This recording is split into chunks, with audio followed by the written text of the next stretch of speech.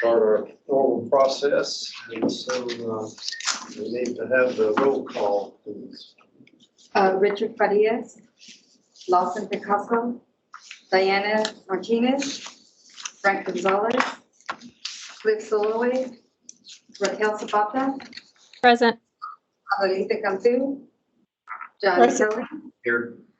Tom Corsa, Vanessa Alcala, Present. Bill Day, Here. Steve Bonnet, Here. Audra Coxsaddle, Here. Bob Zapata, Here. and Aaron Stein. Present. He's present. Thank you. All right. So if you all will please stand with me for just a moment for the Pledge of Allegiance and the invocation. We'll start with the invocation. We thank you for the many blessings you have freely given to each of us. We ask for your presence to guide this meeting of the CPS Energy Citizens Advisory Committee. Provide them with the knowledge, compassion, and wise counsel needed as they discuss the business matters on their agenda today. Help us all to remember that we are stewards acting on behalf of our customers, and provide us with the grace to serve all people well. We ask this in your name. Amen. Amen. All right, if you'll please just face the front of the room. Unfortunately not, but we'll face the front of the room here and start the pledge. I pledge allegiance to the flag of the United States of America and to the republic for which it stands, one nation, under God, indivisible, with liberty and justice for all. Thank you. All right, now that the meeting has been called to order and we completed the invocation of pledge, we are going to ask the chair to take the committee to executive session, please. Okay, yes, so at this time, we'll ask everybody that's not part of the executive committee, just turn off for what do we want to say?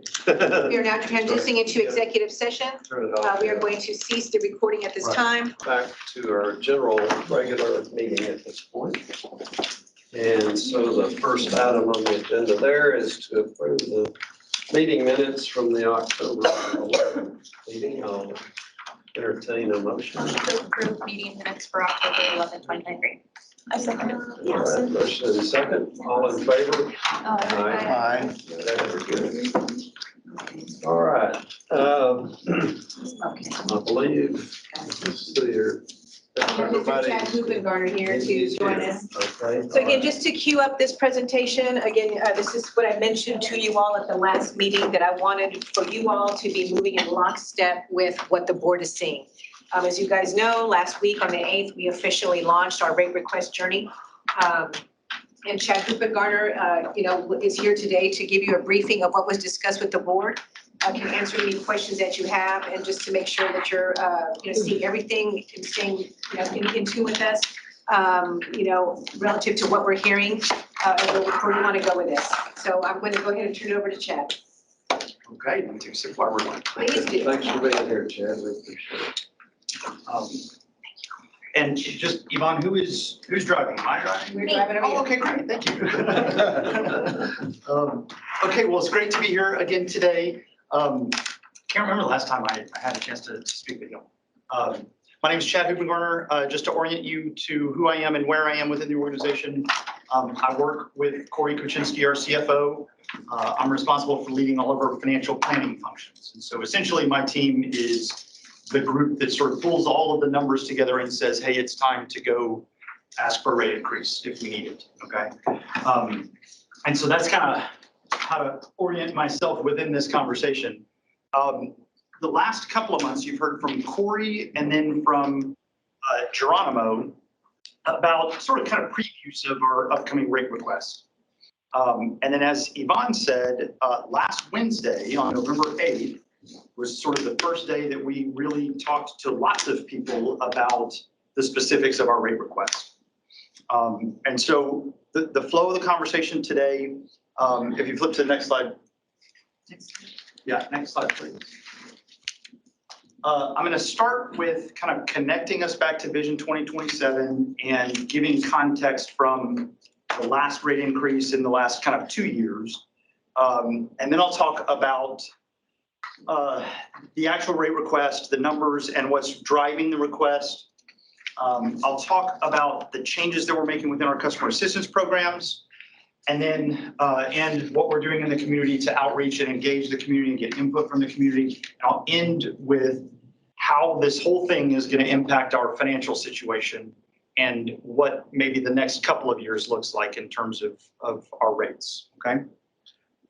So quickly on our vision, part of what we heard coming out of our last rate request was that we need to be more transparent and more deliberate with our actions. And our CEO, you all know Rudy very well. I mean, he spearheaded the effort to put our vision down on paper. And the outcome of that was Vision 2027. And that document and the objectives within that document are, I'm pleased to say, are driving everything that we're doing right now. I've been at CPS Energy for just a hair over 8 years. I think October 31st was my 8-year anniversary. And it's the first time that we've actually had, in my opinion, a very clear roadmap of where we're going and what we're trying to accomplish as an organization. So everything's tying back to Vision 2027. As far as where are we within the process, what you see on this slide is a timeline view that I think you've seen before, maybe without the dates. This version has specific dates now. Everything on the green kind of background is in the past. But I'll point out November 8th was the board meeting and city council meeting last week. Of course, today's the 16th, so we're here talking to you guys. After this, we've got the week of Thanksgiving, and then we've got on November 30th, the supervisor of public utilities, who also happens to be the CFO of the city of San Antonio, Ben Gorzel. He will deliver his official recommendation to city council. And he has like a 15-page report and a 30-page deck that he'll hand to them and present. And that is the culmination of his team's in-depth review of our proposed budget and the proposed rate increase that supports that budget.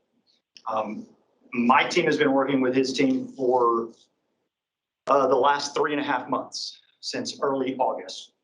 So that's an important day for us because Ben will share his recommendation with the council. Following that, on December 4th, we will we've already presented to our board, but we will present again to them and we will ask them to vote in support of what we're recommending. And then a couple of days later, we'll do the same similar presentation. We'll ask our city council to vote. And then the plan after that is this would be effective with the February 1st implementation date, right? Which, as y'all know, is the beginning of our fiscal year. Okay, so a little bit of context from the last rate increase. Taking you back 2 years, it had been 8 years since we did a rate increase. We were about 18 months into a pandemic. We were about 9 months after Winter Storm Uri, and we were seeing some turnover at our C-level folks, right? Very interesting spot in the history of CPS Energy. And it was at that point in time that we decided we didn't have a choice. We needed to do a rate increase because it had been so long. And the community, as you know, they supported it, right? But it took some conversations. And essentially, in Chad's opinion, the message we got was, okay, yes, we'll support this. And there's some things we need you to do differently as a utility. For the last 2 years, we have done all of those things. And so this slide just sort of summarizes those key items. The one that I'll point out is the gen plan. That's kind of the top left. That's the one that, I mean, I'm proud of all of them, but I am very proud of that one because that was an 18-month conversation with the community where we were very transparent. We were very inclusive. We listened as much as we could.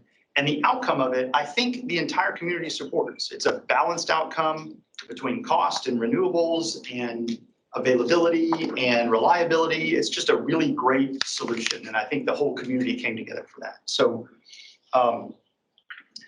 that's kind of the strategic accomplishments since the last rate case. These are more of the tactical things. On the right-hand side, you just sort of see the list of it. This is not an exhaustive list. It's just kind of key things that help people understand what it was that we've spent money on in the last couple of years. What I want to point out is that there's really 4 categories of investments that we made: reliability, technology and security, growth, and people. Those 4 categories, and we said this, oh, thanks. Okay, thank you. Those four categories, we said this at the time, are going to continue to need dollars to support them. And so while this page lists the tactical things that we did, it's also a precursor to what we're going to continue to need as rate support. At the time, we said, look, we're going to be back in 2 years and we're going to ask for a 5.5% rate increase. That was sort of in our longer range plan. Flip to the next one if you don't mind. And so we got a 3.85%, and then we said, hey, in 2 years, it'll be 5.5%. And another 2 years, it'll be another 5.5%. And every year we redo our budget and our long range plan so we can kind of scrub those numbers and figure out, what do we need by way of funding to support the utility and keep the business running. What we're proposing is a 4.25% base rate increase. And so you've got to delineate the bill between fuel and regulatory and base rates. It's that base portion, which is really covering the overhead expenses of the company,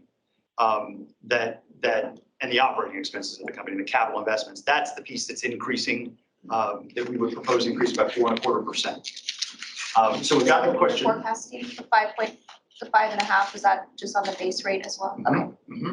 So I've gotten the question, how did you decrease from 5.5 to 4.25? My response is, well, first we had to increase it. Then we increased it because when we did our last budget, we didn't have this gen plan baked in that we have now aligned with the community. We only had the first 2 years of our technology plan built in. That's about 50 million out of 300 million, that the remaining of which needs to be baked in for the next 5 years. And we hadn't even dreamed of almost 9% inflation. So over the last 2 years, that number, as my team has modeled it, has gone up. Then, as we've were very picky and said, well, no, it can't go up. How do we bring it back down? Okay, there's some things we're going to not do. And then some of our investments in our power plants really paid off this past summer.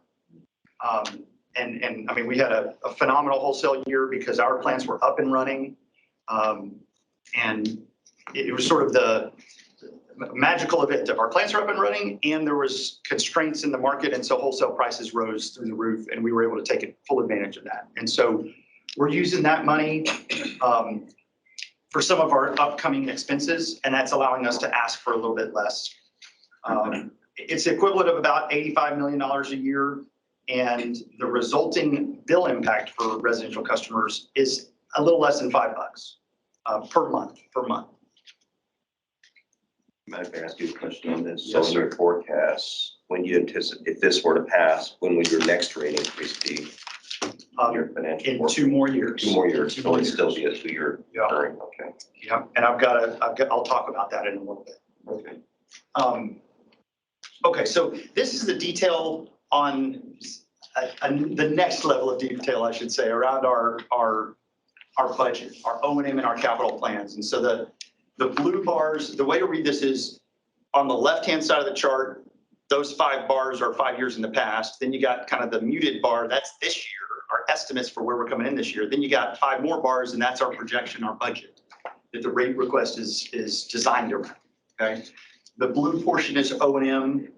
That's our labor expenses, and that's just our general operating expenses. And then the orange is capital. And what you can see is it's been pretty steady for 19, 20, 21, and 22. We came in at the very end of calendar year 21, which was the end of fiscal year 22, right before fiscal year 23, and said we need a rate increase, right? And so that's why you can see the bar between FY 22 and 23 tick up. FY 24 has increased even more. And that's what we are on target to spend this year in our capital plan, is almost $940 million. And then it increases into the future. And as it increases, it's because of some of the things you see on the next slide. And this is a version we've shown to the board, and I'll just kind of elaborate on things. But those 4 categories, those are the same 4 categories that were on one of the first slides I showed, right? So are these inflation adjusted numbers then? You assume like 3.5%? Yeah, I mean, they are, I wouldn't say they're inflation adjusted. They are reflective of inflation in our recent costs. Okay. So maybe that's the forecasted same thing. inflation, Pardon? forecasted inflation would be the best Yeah, way yeah. to define that. It's usually like 3.5%, right? Well, what it does is it includes the fact that our transformers have gone up 60%. Oh, okay. Our other, right, so we're budgeting that, and then there's a little bit of budgeted increase in the future too. Yeah. Okay, thank you. Yes, sir. Chad, if a person asks, differentiate between the, the capital and O&M, the capital cost would most directly relate to the 27 plan that we have in Mhm. place, right? Yeah, it's a It would be little that of part of both, but you're right. I mean, when you think about any business, when they're growing or they're pursuing a strategic plan, it's a lot of capital Yes. investment, right? Yeah. And it's assets, like that's buying stuff and building things. Yeah, and that'll go up and down, whereas an O&M should be kind of a steady rise. Yeah, that's right. That's right. The O&M is increasing, and you see that, right? If you go back one slide, you see the O&M, the blue one is a more gentle curve, right? And the orange bars are that steeper curve. But the orange responds directly to our long-range plan, our 27 plan. Yeah, and I think one of the slides that Geronimo shared last month was this slide that showed, I think it's like, we call it our historical trends or something, but it's a back to 1975, it's our capital plan or our capital actual expenditures every single year back to 1975. And there's a couple of windows where it goes up and then back down and then up and back down, and then we're forecasting it going up. And the point is, as a utility, when the community has grown to a certain spot, we have to go make a big chunk of investments. And that's like every utility on the planet makes chunky investments because you go build a power plant when one more person comes to town and you need it, right? Yeah. And then you grow into those shoes, that power plant over time, then you got to build another one, right? Capital Right. intensive, yeah. Yeah, and so it's similar, and we're entering that. We've been very stable. It's how we didn't, how we were able to not do a rate increase for 8 years. Right. But we're entering that period where we're going to have to spend some more money. That's what you see in the orange bars. Good questions. Okay, so back to go slide 9 a little bit. So these are the 4 categories. It's 85 million. You can see how it breaks out. I'll give you a feel for. So we struggle a little bit with how much detail do we give folks about what's in here, right? Different audiences need different amount of details. In this bucket, you've got the beginnings of investment in our new GIN plan. It really increases in 27. So the first couple of years are like hiring people to design some stuff. Outage maintenance, so a lot of tree trimming. This year, we're gonna do 1,000 miles of tree trimming. That's 1,000 miles of our circuits out of 8,000 miles of lines that we own and maintain. Trimming the trees back so that when the winter weather comes, you don't have them falling and blowing onto the power lines. We have greatly increased our budget for that because it has an immediate payoff in terms of resilience and reliability. And then most of inflation is bucketed into here. And our like I said earlier, our transformers have gone up 60 or 70%, and it's all over the board. Some are up 10%, some are up 50%.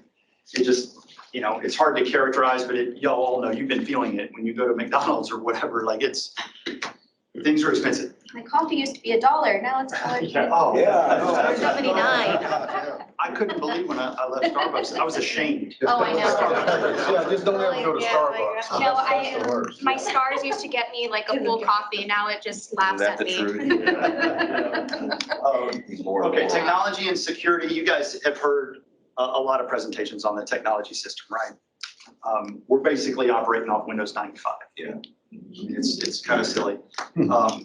Physical and cyber threats, I feel like it's pretty easy for people to wrap their head around the cyber threats because you hear about it every day in the news.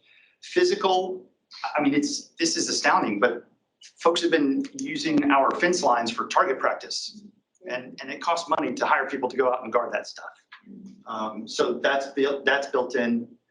Growth is a smaller, portion of the total. Folks ask me, doesn't growth pay for itself? And the answer is sort of, and kind of. There's 2 kinds of growth. There's growth when you can specifically identify cost because somebody is building a new home, right? Or it's a new community, or it's a new office building. That's called line extension, and that kind of growth does pay for itself. You get a new customer, you get a new bill in the door every month, and that eventually pays for itself. The other kind of growth is like general system growth, where it's harder to pinpoint exactly who's responsible for us needing to beef this thing up, right? And that's the kind of growth cost that this is characterizing, and it's sort of spread across everybody. On the people side, this is something that we've been investing in, and I'm really pleased that we're investing in this. 2 years ago, we were down to our 25-year low of the quantity of employees. We had like 2,900 employees. We are now up about 400, so we're up about 3,300. We need to hire about another 300 or 400 to get to something that's more steady state. We were at a 10-year period where the way we saved money and avoided a rate increase is we just asked our people to work harder and we hired fewer people. And so we've been working on that. That's an important one because of impending retirements. So like within the next 3 or 4 years, like half of our frontline utility workers are eligible for retirement. And it takes a while to train a journeyman frontline utility worker. It's like 7 to 9 years. So part of what we're doing right now is we're over hiring so that we can get them in the queue and train them up. Chad, again, thinking about the average ratepayer saying, what's in this for me? I would think that I'm looking at the technology and security as upgrades as making CPS able to provide more programs to the customers and more efficiently run existing programs to the customers. And that should be a net positive effect on all the things that you offer to the ratepayers. That's spot on. That's spot on. Somebody was, so last week there were some public comments at our board meeting that were criticizing us because we had not tackled some of the rate design things that they wanted us to tackle. And I get it. I understand. The way I think about it is I can build a website using Windows 95, but it's going to suck. I need a new version of Windows to build the right website for my customers in 2023. And so the corollary of that is we actually do have tiered seasonal rates. If you guys pay your residential bills, you know every summer I add 2 cents to every kilowatt hour over 600. Yeah. And every month when I get the bill, I'm like, why am I doing this? But it's a tiered rate. I mean, there's an incentive behind that, but it's very coarse. It's a rudimentary approach to, pricing signals and incentives. With the new system, we'll be able to do like correctly designed time of use rates, and that's what folks in the community are saying they want to. Right. They want to Arizona, right. time of use there. Right. So it's hard to believe when somebody says, well, we just can't do time of use yet. Yeah. Well, we can, but we can do it in a really poor way. And so clunky way. Not a very efficient. very clunky, and so we're going to wait and we're going to get the right system to design it the right way to get the results that we need. So Chad, can we move on to slide 10, and then we're going to skip in the interest of time, because once again, I apologize, we're showing you time. We're going to skip slides 11, 12, and 13, okay? Okay, fair enough. Okay, so yesterday I presented in the community, and I happened to follow somebody from the housing authority, and it was a wonderful, I learned a lot from it, but it felt horrible getting up after them. They're tackling homelessness, and I'm going to come and raise everybody's bill. Yeah. I mean, I was not laughing. I mean, it's an unfortunate, circumstance of our community, and every time we do a rate increase, we tackle this problem. We address this problem, and so what we heard from council members and the RAC is that they wanted us to focus not just on level of income, but energy burden. Energy burden it's an equation. It's how much your energy costs divided by your income, right? And if you put 10% of your income or more to your cost of energy every month, then you are characterized as severely energy burdened. And if you're between 6 and 10% of your income goes to energy, then you are energy burdened. So with this request, we are proposing to make 3 changes to our existing affordability discount program. One, we're going to increase the amount of the monthly discount, which is designed to offset about half of the rate increase. 2, we're going to add dollars to the program so that we can fund another 15,000 customers participating in the program. So we'll go from 65,000 to about 80,000. And then 3rd, we're adding energy burden as a qualifying element in the tariff, in the sheet that says here's who's eligible for this program. Which is an innovative thing, and I'm really proud of it, and I think it's pretty cool. I love this. 80,000 residents, what is a percentage of residents that's covering versus the actual need? So we've said we're not going to stop at 80. Yes. The idea is this round, we will scoop up anybody who is severely energy burdened, 10% or It's a over. priority. It's a priority. It costs money. This gets, the funding that's built into this gets most of them. There's maybe another 15 or 30,000 out there that are severely energy burdened.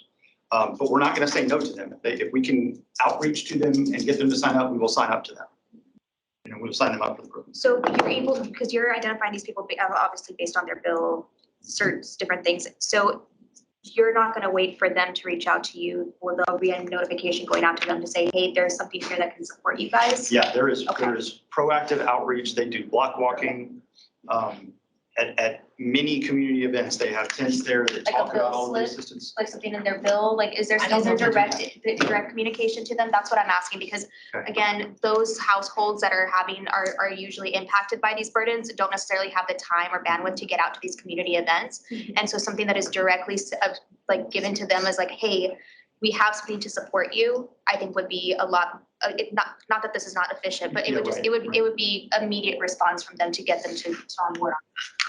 I've seen that in bills. Of course, I get my electronic now, so last time I got That's a good point, though, Austin. I think that's good.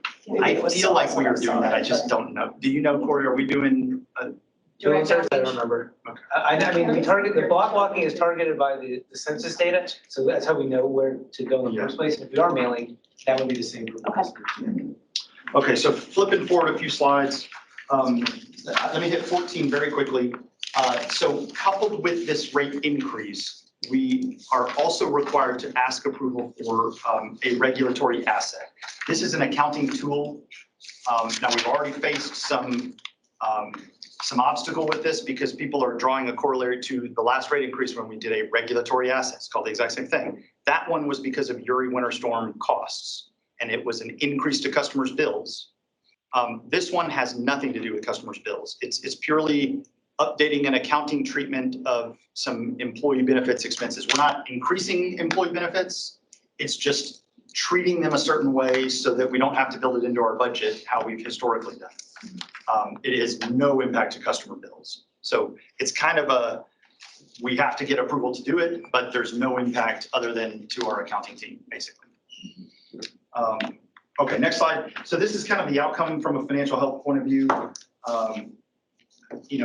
These are our three main financial health metrics. This rate increase puts us where we need to be for the next several years. But again, we do have a longer term horizon when we look at these things. So if you flip to 16, this is the slide that answers your question from earlier. Yeah, we are projecting to do another rate increase in 2 years. But just like we did this one, we evaluate our long-term plan, our long-range plan every single year. So that's where we are. I shared the dates earlier. We're going to be bringing it forward here in the next few weeks for our board and council to vote on. My last remarks on slide 17 are, sort of your standard slide of how do me as a presenter prepare you guys to talk to customers in the community about it. Really, it's about connecting them with information. And so be an advocate for us like you guys always are. Refer folks to our website, cpsenergy.com. There's a big thing that you can click on that says rate request. And there's lists of events that people can go and attend to learn more. And that's what I would ask you. Thank you, Chad. So everyone, we are watching the time. It's 12:18. This meeting is scheduled to last till 12:30, but your feedback is very important. And Melissa and Nancy are helping me to capture any feedback that you'd like to offer us relative to this rate request, whether it be a concern, a suggestion, something that you think is that you see that's beneficial. So anything along those lines that that you can provide within the next few minutes, we will capture, and we'll be happy to share that feedback with the board of trustees. Chad, I do have one question that I don't know if you're comfortable answering this, but I assume y'all have your ear to the ground with the political activity that's going on at the council.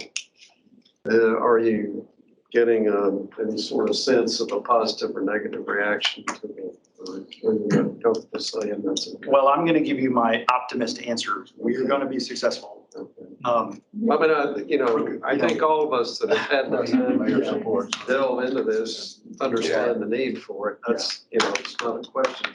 That's my Pollyanna answer, but yes, the reality is It's so complex. I even, trying to explain it to my wife, and it's like, God, I can't even think of all the moving parts that the average citizen just has no time or understanding of. And it's not because they're not smart, it's just, it takes a lot of time. It does. It's complicated.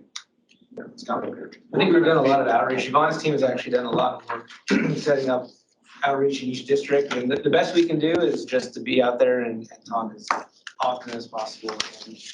And the reception's been positive because we're out there in most of the areas. We're always going to get pushback and feedback for the next coming weeks. And that's fair. That's what public power is all about, answering questions. What won't happen is we'll stand in front of council and they'll say, you didn't do what you told us you were going to do 2 years ago. That will not occur. Just because we've done it. Yeah, Confident we've done it.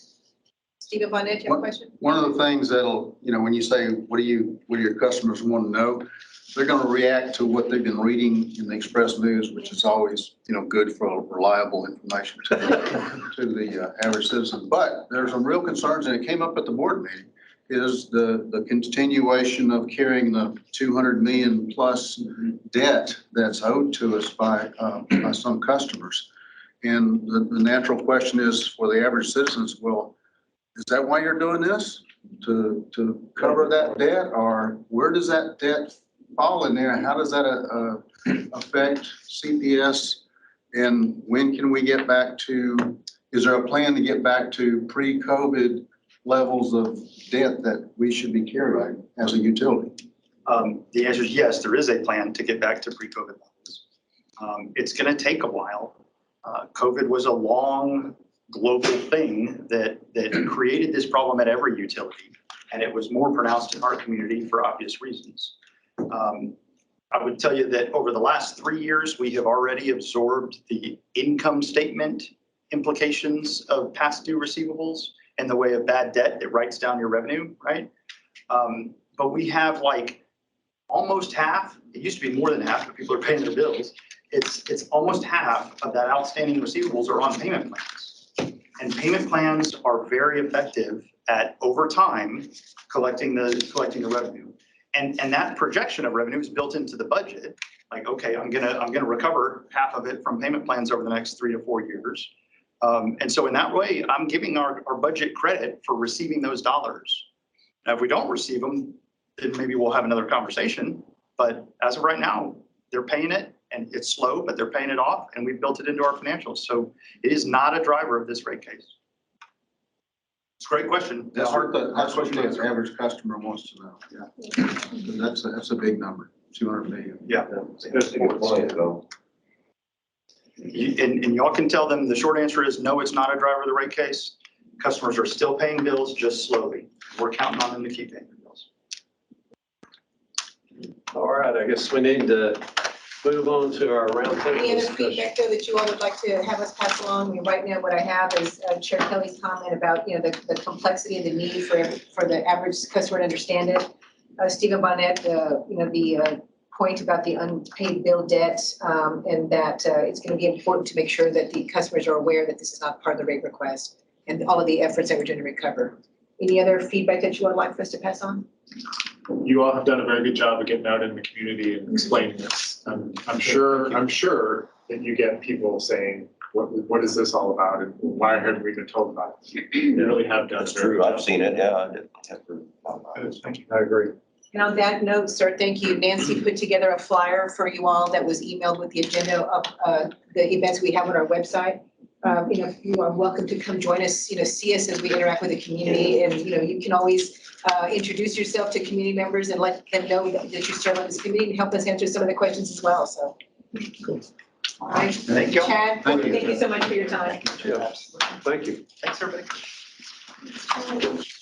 Okay, we have Meeting, a yes or no vote? November the 30th is not a yes or no vote. So let's go over that. So November 30th, remember, that is when Mr. Ben Gorzel, okay, the City of San Antonio Chief Financial Officer and who also leads the Office of Public Utilities, will be giving the staff recommendation. So that is a briefing to City Council on the 30th, okay? We will go before the Board of Trustees. That's when the Board of Trustees on the 4th of December, and that's when they will vote yay or nay. And then assuming yay, then on December 7th, we'll be going to City Council. Okay, So, December 7th. I didn't put that on there on the bottom, but December 7th is the day that we will go to City Council. That's the actual vote. That's the actual City Council vote. That is correct. Just for grins, December the 13th, we took the liberty, I hope y'all are okay with it, to make arrangements for your holiday celebration, December the 13th. That would have been your normal meeting day. So instead of, Wednesday lunch with us, Wednesday, evening event at the Hotel Contessa's, hope that's okay. And then our Board of Trustees will have their regular meeting on December 18th. Again, the rate request journey should be behind us at that point in time. So I will turn it over to Chair Day because we have another big conversation for y'all to have, and this is about a slate of officers for next year. All right, well, let's do that. I think one question, the one is, right now, we've kind Oh, of hold on got for just a second. Dr. Cantu has a question? oh, sorry. Dr. Kent. Yes, I'm sorry. When did you say the Christmas party? Or December did- 13th.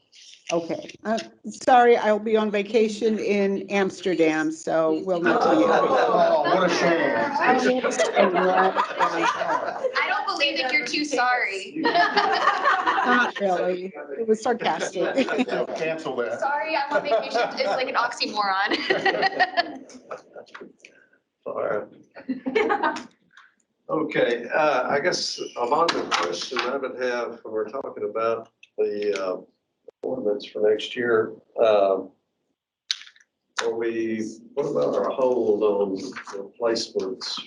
So as far as backfilling, I know we talked earlier with Shannon about proceeding with backfilling bill day, so we're going to move on that as soon as we can.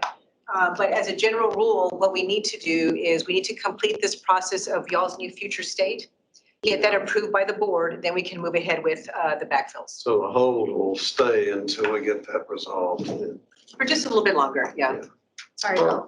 Congratulations, Bill. I heard it differently. Yeah, you're right, you're gonna pre, I Yeah, think we a lifetime appointment. Somebody got your hopes up.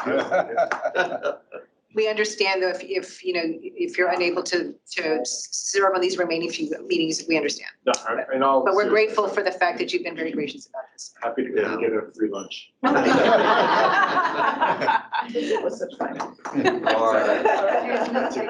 All right, that's right, no such thing, right? So, Lon, I guess one thing, when we're talking about a slate of officers for 2024, should that wait until like February if we're targeting having things modified by February?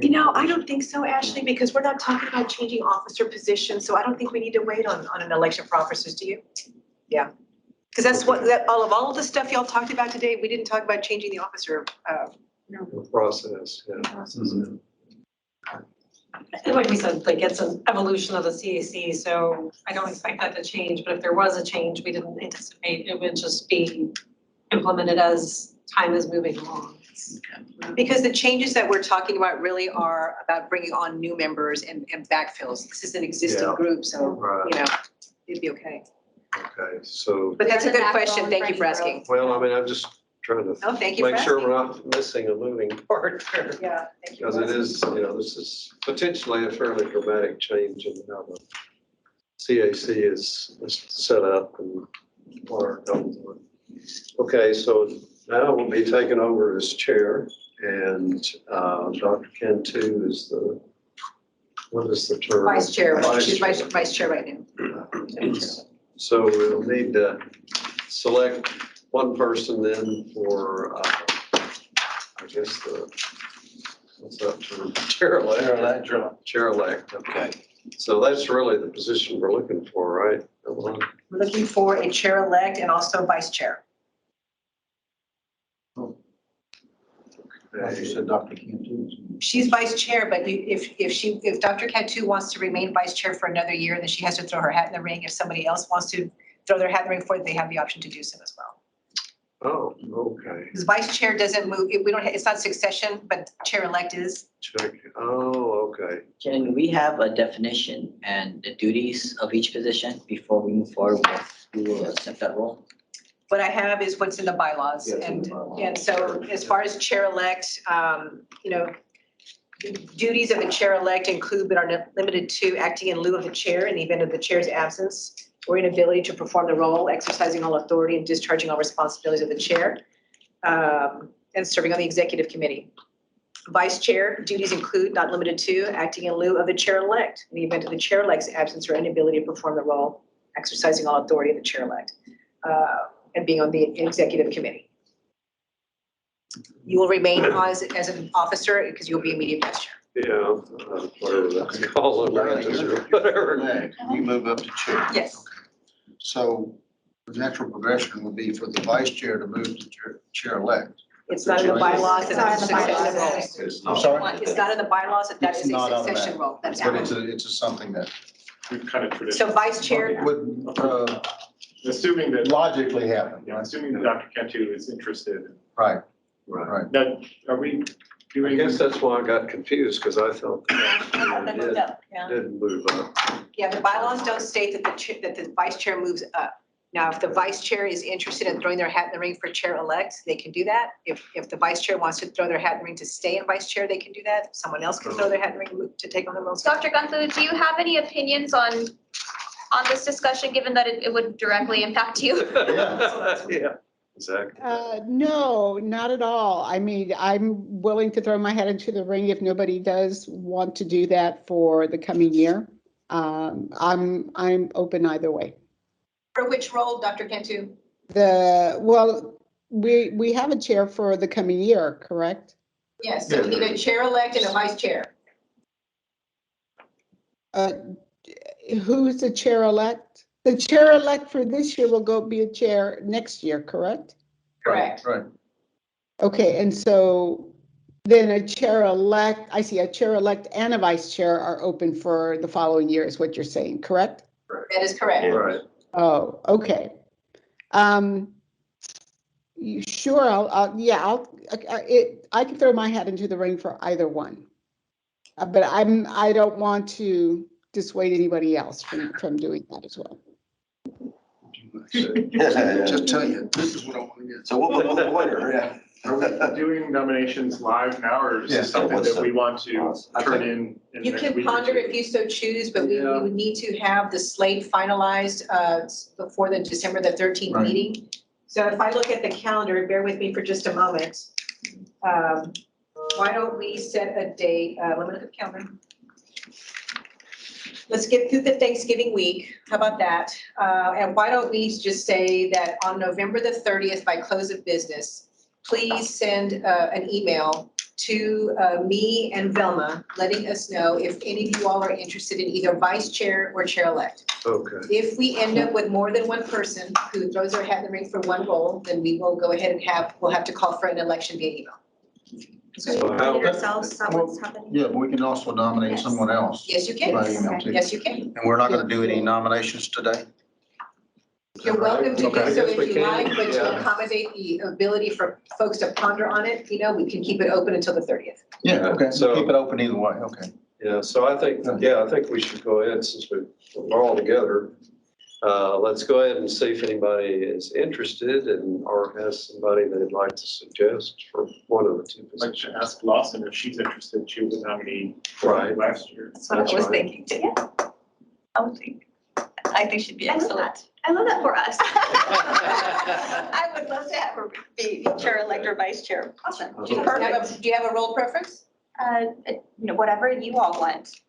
Wherever you all What want. do you feel like serving at? We'll put me at chair-elect. I think that's what I was on. Yes. board with. Right, that's I think she'd be perfect. all right. Okay. Anybody else? In that case, we would ask Dr. Cantu to stay on as vice chair. Well, or she Or she could. could- or she could declare for Yeah, chair. They could both, apply for. Okay. Chair. Democracy, it's a great thing. Yeah. I love John that. doesn't work, yeah, doesn't work. I'll stay on it as vice chair. She says you're still. Okay. I'm sorry, Dr. Cantu, can you say again? I said I'll stay on as vice chair. Right, vice chair. Yes, thank you. Okay, sounds fine. I guess then, do we have any other people that would be interested or recommended for the chair-elect position, or do we want to just think about it? We can leave it open till November the 30th, like I said. The folks online, maybe they might want to, ponder that as well. Aaron Stein, and Raquel Zapata, can y'all heard that? Yes, thank you. Thank you. Okay, well, let's do that We'll keep then. it open till the 30th, Yeah, and we are on let's do standby to receive questions or nominations.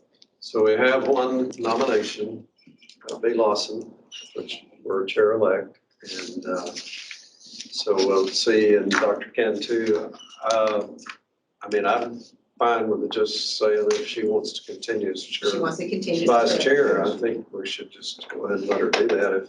That's my opinion, but I second that one if we want a motion.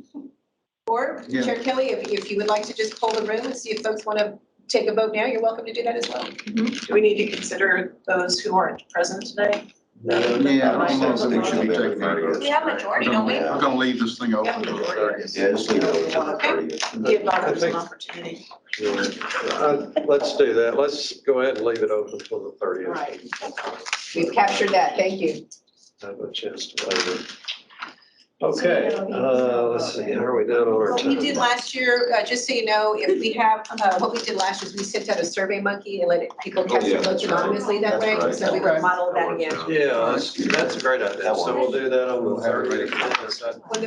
When this thing closes on the 30th, like the following day, we would have to send out the survey. Okay. And it's anonymous that way, and it's easy for us to capture the results, so. Yeah. Okay, That's good. that sounds like a good idea. Okay. Okay, well, we're technically out of time, but I would entertain if anybody has a burning topic that would be of interest to discuss briefly. I think this was a great conversation today. Yeah. And I agree, John, coming in person is so much nicer. Yes. And you get Well, we're glad. Take a bet. Yeah, we're very much glad you're here, Los Angeles. However, I do still miss your cat. Your cat is my favorite honorary CAC member. Yeah, the cat still gets herself right in the middle of all this. I have a monthly meeting with some of my former engineering buddies that I went to college with, and we have a conference call every month. And they get the advantage of checking out the cat. Oh, okay. On a regular basis. That's how John and I became friends, because of this cat. Okay. Your cat is doing the show. Oh, I see. Okay, Motion to adjourn? I guess Or we'll. any other announcements before that? Yeah, I don't think we have any other announcements, do we? I think we're good, but, yeah, this one final feel here. Anybody else got a final? I was gonna ask you on this, with the handout that you gave us, Yeah. are you asking us to go over this and send comments to you, to the group, or what's your thought on that? I know that we had selected Diana and a group to come up with ideas about how we could be restructured. And last night I was thinking, well, heck, I'll just throw out some thoughts that I had. I'm just throwing them in the mix. I'm not saying they're better or worse than anything else. Okay. And I'm happy to share my notes that I took from our meeting, the day that That would we be- spoke with that'd be everybody. good, yeah. I 'Cause mean, she said a lot of what we said, but I did advocate from some of the input that was given, and I'm glad that she was here and was able to hear from everybody today. Because I think that she just wanted to have some clarity of what we meant when we said independent, or what I meant when I said autonomy, Right. what that structure looked like. And so I was really I invested think in the she's kind conversation. of scared when you mentioned the word autonomy that day. Yes. Because I kind of heard. You want like full autonomy. Autonomy versus rogue are two totally different things. Oh, yeah, that is. I'm not asking to go rogue, I'm asking just for that independence thought. Well, I think that was a really good discussion, and Bill, I'm glad you were here to offer your Yeah. Same. more long-term experience, because Like I said, I haven't personally had the experience of anybody trying to twist my arm about anything, but if you did, then that's something we don't do. Is there a timeline for making all the decisions for this? Yes, so February. we want to, Shanna is going to be providing us with, she's got more conversations to have with the Board of Trustees. Yeah, So in January, we will be looking at, let's just call it the red line version of the new bylaws. And then it can be voted on by the Board of Trustees, either at their board meeting in January or in February. Did she mention Oh, which board members she was working with that were wanting to consider this? I mean, Because she mentioned that she was talking to two in particular. I just don't know if I had caught the names. well, she's met with the chair and the vice chair. So she still needs to meet Who is with the vice chair? I don't know. Jamie and. Dr. Romero, Yes, Dr. Oh, Romero. okay. Chair Gonzalez. yeah. And then she has to meet with Ms. Trustee Steen and Trustee Dr. Mack. So, So you said that the red line of the new bylaws would be out January? yeah, in January, Really? well, to bring it to you all to look at. Okay, as a draft or, Yeah. okay, gotcha. Jill, Okay. So they're taking your feedback. They've gotten the feedback of half of the Board of Trustees. Ah, now they're so gonna have that's to what put all they're, this- somebody's got to, as I was saying, somebody's got to put that together and, You gotta have something to look to react Gotcha. to, you know. yeah, I Do we have any understand. firm I just didn't know who had that recommendations? action to do that. I don't know if it's us or somebody else or. Well, yeah, It's the the- Shannon Ramirez and her team they will take care of doing that for us. We can Okay. still make recommendations after January. That's what I was trying to get, As long she as said it's red before, line. as long as it's before the vote, yes. So the red line will be provided to us in advance of the January meeting. Yeah, I would hope so, yeah. Yeah, it's gonna require a lot of thinking and working. That's gonna be a big change. I'm very excited for you guys. I mean, I think from what I'm hearing and based on, the feedback that y'all are providing, I think this is a really good new trajectory for the community, so. Seems like it, yeah, it seems like it would be. I think we can probably be And more just effective. remember, you have, exactly, and the thing is that, as with all new things, right, you take it for a spin for a while, and then there may be a point where some adjustments have to be made, Right. Sure. maybe something didn't work as well as you thought it would, and you might have to make an adjustment. Sure. All right, well, y'all did a beautiful job going through several big items today, and we, on behalf of Thank the you for staff. keeping us on time. Absolutely, and on behalf of the staff, we wish you and your families a wonderful Thanksgiving holiday next week. Thank you. Thank y'all. Thank y'all. Yep. All right, motion to adjourn, Bill Kelly, John Kelly? Yes. I make a motion. Third, second, all in favor? Aye. So that was Diana and Steve on that. Thank you all, happy Thanksgiving early. Yeah.